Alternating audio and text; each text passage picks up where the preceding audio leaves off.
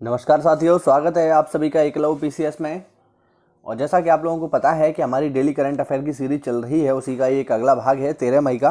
तो आज हम 13 मई 2020 के 10 महत्वपूर्ण प्रश्नों की चर्चा करेंगे यहाँ पर, जो काफ़ी इम्पोर्टेंट रहने वाले हैं।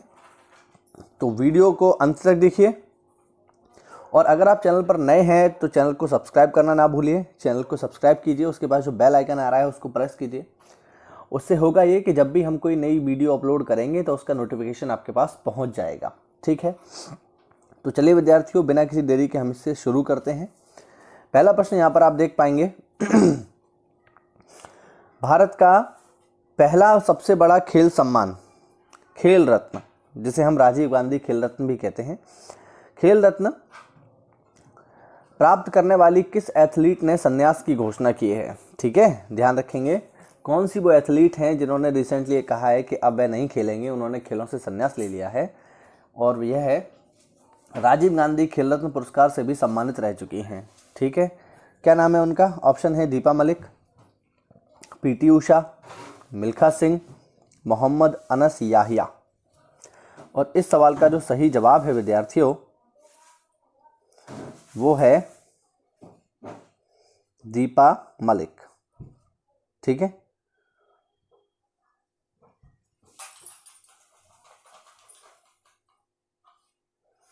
इस सवाल का सही जवाब है विद्यार्थियों दीपा मलिक। दीपा मलिक जो हैं, इन्होंने रिसेंटली ये घोषणा की कि वह अब नहीं खेलेंगी, खेलों से संन्यास ले रही हैं। ठीक है, व्याख्या हम इसकी देख पाएंगे। भारत का पहला सबसे बड़ा खेल सम्मान प्राप्त करने वाली एथलीट दीपा मलिक ने संन्यास का ऐलान किया है। साथ ही दीपा मलिक पैरा ओलंपिक में मेडल हासिल करने वाली पहली महिला खिलाड़ी भी हैं। देखिए यहाँ पर एक वर्ड आया है पैरा ओलंपिक। ठीक है, पैरा ओलंपिक क्या होते हैं? देखिए, ओलंपिक 3 तरीके के होते हैं। पहला तो नॉर्मल ओलंपिक होता है, जिसे हम जानते हैं। तो पहला होता है नॉर्मल ओलंपिक, दूसरा होता है विंटर ओलंपिक, और तीसरा होता है पैरा ओलंपिक। ठीक है ना? ओलंपिक तो ओलंपिक है, अभी होना था टोक्यो में बट कैंसिल हो गया। ठीक, दूसरा होता है विंटर ओलंपिक। ऐसे खेल जो गर्मियों के मौसम में नहीं हो सकते हैं, जैसे आइस हॉकी वगैरह है, या आपका स्की जंपिंग है। तो इस तरीके के जो खेल हैं जो गर्मियों में नहीं हो सकते हैं, जिनके लिए बर्फ़ चाहिए, तो वो जो खेल होते हैं वो होते हैं विंटर ओलंपिक में। और तीसरी कैटेगरी है पैरा ओलंपिक। पैरा ओलंपिक में क्या होता है? पैरा ओलंपिक में वे खेल शामिल होते हैं जिनको दिव्यांगजन खेलते हैं, जिनको सामान्य खिलाड़ी नहीं खेलते हैं, जिनको दिव्यांगजन खेलते हैं, वो खेल शामिल होते हैं पैरा ओलंपिक में, है ना? तो दीपा मलिक भी जो है एथलीट थी और पैरा मलिक थी, ध्यान रखना, सॉरी पैरा ओलंपिक में खेलती थी। ओके, तो चलिए बढ़ते हैं अगले प्रश्न की ओर। अगला प्रश्न है, निम्न में से किस देश की सरकार ने एक आउटरीच कार्यक्रम मिशन सागर की शुरुआत की है? ठीक है, किस देश ने आउटरीच कार्यक्रम मिशन सागर की शुरुआत की है? काफ़ी महत्वपूर्ण है मिशन सागर। ऑप्शन है श्रीलंका सरकार, बांग्लादेश सरकार, भारत सरकार या अमेरिकी सरकार। और इस सवाल का सही जवाब है मिशन सागर के लिए भारत सरकार। भारत सरकार ने एक नया आउटरीच कार्यक्रम मिशन सागर शुरू किया है। ठीक है, देख सकते हैं आप लोग व्याख्या में, भारत सरकार ने कोरोना वायरस के दौरान मालदीव, मेडागास्कर, सेशेल्स और कोमोरोस में खाद्य पदार्थ, आयुर्वेदिक दवाएं, SCQ टैबलेट्स को पहुंचाने के लिए मिशन सागर की शुरुआत की है। इसके तहत भारतीय नौसेना का जहाज़ केसरी अप डाउन कर रहा है। ठीक है, ये जो मालदीव है, मेडागास्कर है, सेशेल्स है, ये जो विद्यार्थियों द्वीप समूह हैं, ये कहाँ पर है? हिंद महासागर में। ठीक, हिंद महासागर में ये द्वीप समूह हैं, हमारे पड़ोसी हैं। मालदीव हो गया, मेडागास्कर हो गया, सेशेल्स हो गया, कोमोरोस हो गया। ठीक है, ये सब जो है मॉरिशस वगैरह, ये सब हमारे पड़ोसी द्वीप हैं हिंद महासागर में। और इंडिया यहाँ पर अपना प्रभाव बढ़ा रहा है। कैसे? इन देशों को चिकित्सीय सहायता खाना प्रदान करके। है ना। अगर हम देखें तो कूटनीतिक दृष्टि से ये काफ़ी महत्वपूर्ण है, क्योंकि अगर हम देखें तो पिछले कुछ वर्षों में हिंद महासागर की जो सामरिक जो महत्ता है वो काफ़ी बढ़ गई है। ठीक है, 2019 के पीसीएस में ये प्रश्न पूछा गया था हिंद महासागर की सामरिक महत्ता को देखते हुए।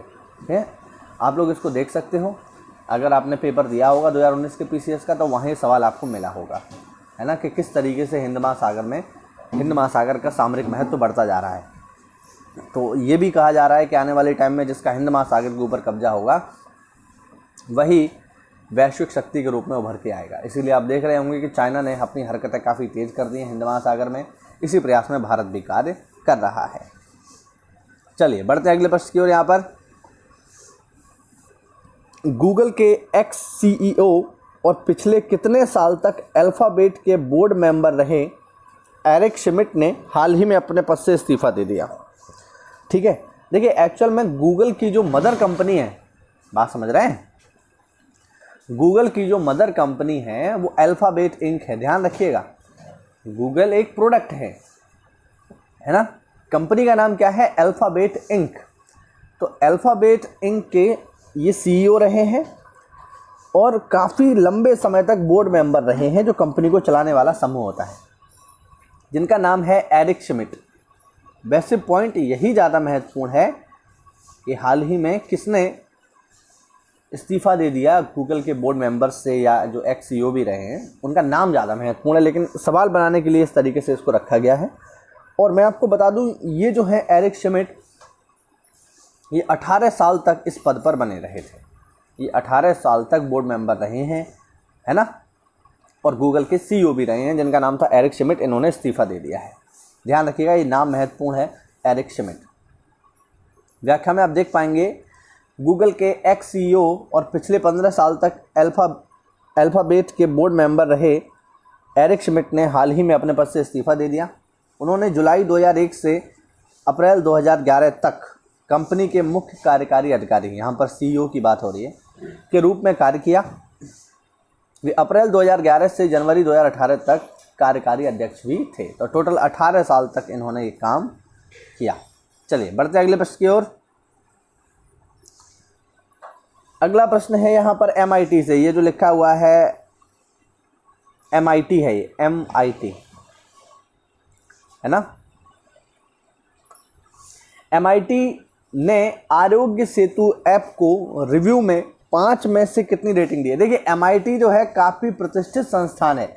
जिस तरीके से भारत के जो सबसे फेमस टेक्नोलॉजी इंस्टीट्यूट है वो है IIT, उसी प्रकार से पूरी दुनिया के सबसे फेमस इंस्टीट्यूट है MIT।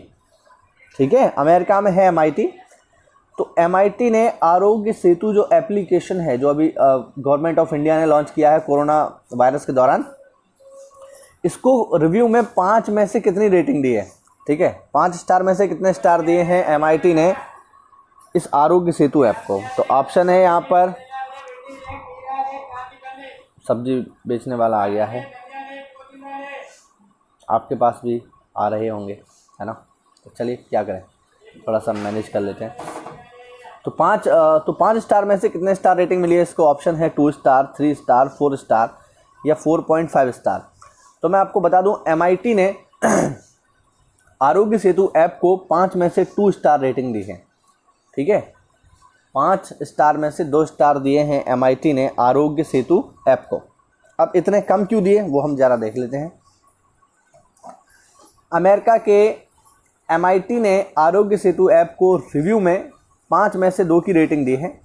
MIT ने आरोग्य सेतु ऐप की 25 दूसरे देशों के कोविड ऐप से तुलना की, जिसमें आरोग्य सेतु ऐप पारदर्शिता और वॉलेंटरी यूज के मानकों पर खरा नहीं उतरा। इस वजह से इसको 5 में से केवल 2 की रेटिंग दी गई, है ना। चलिए, हालांकि गवर्नमेंट ऑफ इंडिया कहती है कि ये डाउनलोड करना ही चाहिए हर भारतीय को। चलिए बढ़ते हैं अगले प्रश्न की ओर। भारत की किस राज्य सरकार ने कारखानों में काम की अवधि 8 घंटे से बढ़ाकर 12 घंटे कर दी है। ठीक है, वो कौन सा स्टेट है जिसने ये घोषणा की है कि अब हमारे कारखानों में 8 घंटे की बजाय 12 घंटे काम होगा। ये काफ़ी चर्चा में रहा है, संबंधित है लेबर लॉ से। अब किस सरकार ने घोषणा की है? केरल ने, गुजरात ने, मध्य प्रदेश ने या यूपी ने? तो विद्यार्थियों, इस सवाल का सही जवाब है एमपी गवर्नमेंट, शिवराज सिंह चौहान सरकार ने कारखानों में काम करने की अवधि 8 घंटे से बढ़ाकर 12 घंटे कर दी है। ऐसा क्यों किया उन्होंने? तो व्याख्या में देखें। मध्य प्रदेश सरकार ने हाल ही में कारखाने में काम करने की अवधि 8 से बढ़ाकर 12 घंटे कर दी है। इसके पीछे लॉजिक क्या है? कि बाजार में भीड़ इकट्ठी ना हो,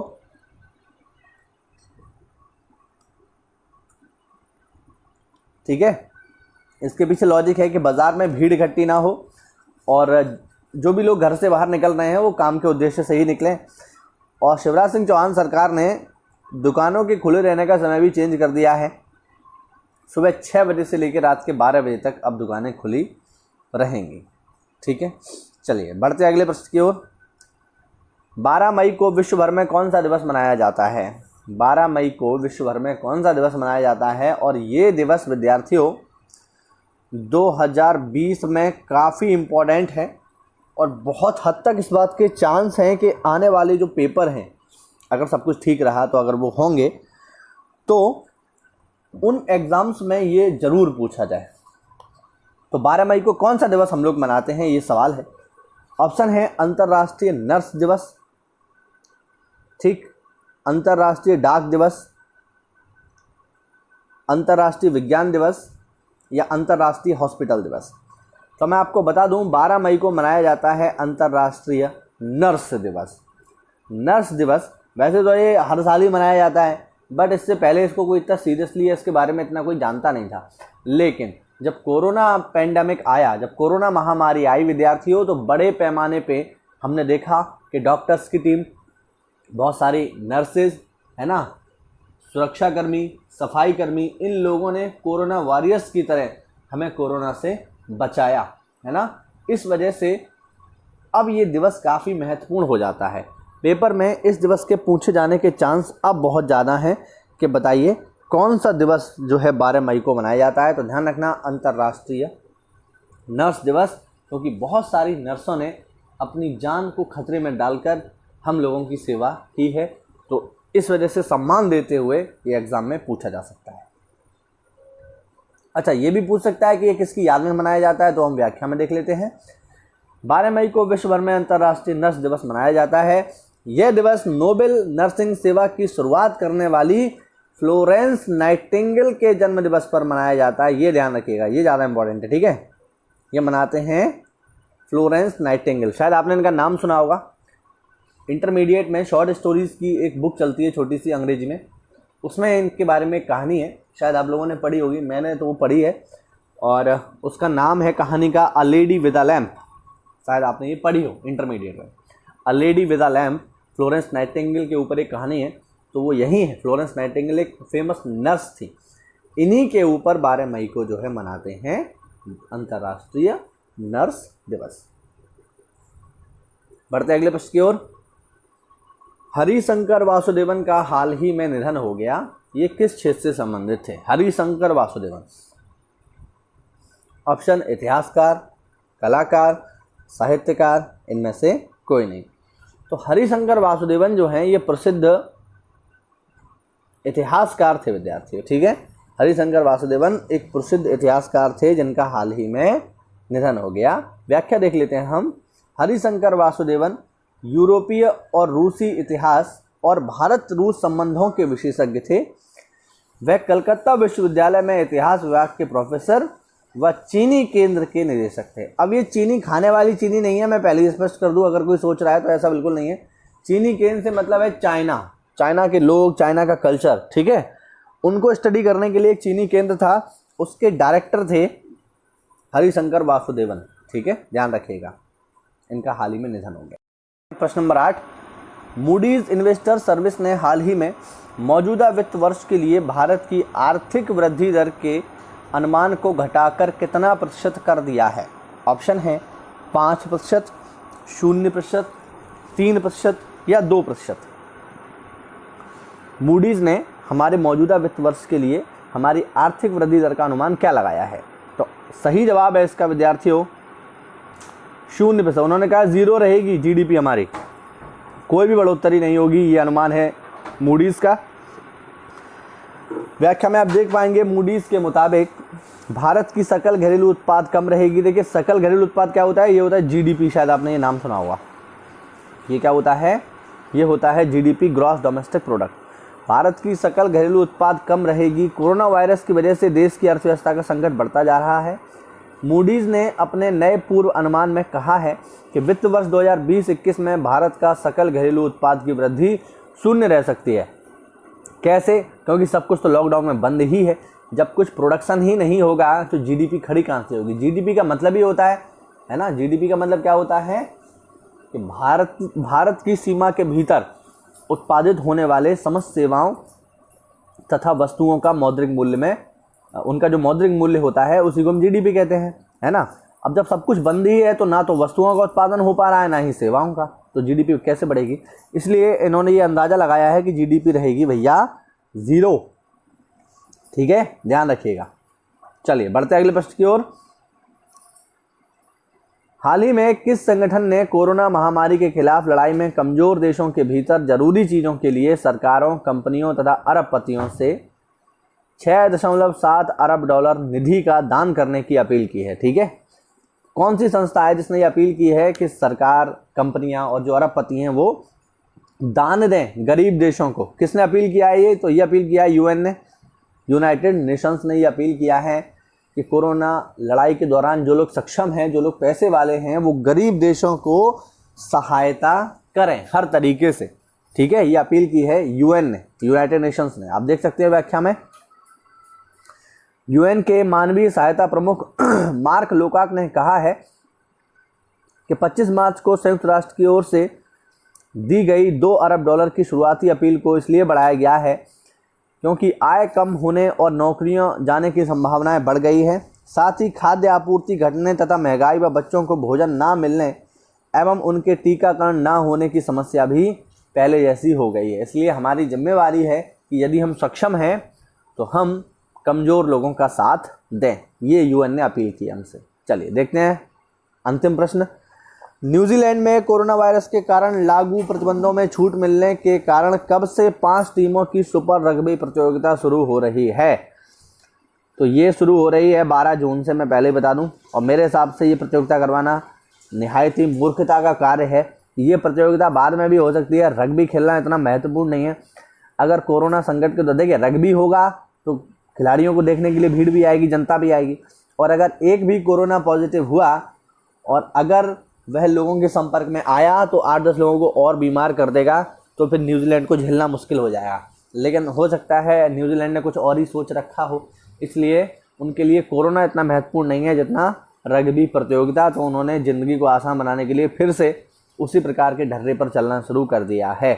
तो 12 जून से यहाँ पर सुपर रग्बी प्रतियोगिता शुरू हो रही है। देखने वाली बात होगी कि ये लोग करवा भी पाएंगे या नहीं। ठीक है विद्यार्थियों, तो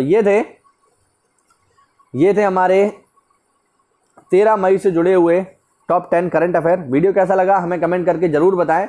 और अगर ये पीडीएफ आपको चाहिए तो टेलीग्राम एप्लीकेशन पर जाकर के एकलव्य पीसीएस को सर्च कीजिए, उसको ज्वाइन कीजिए।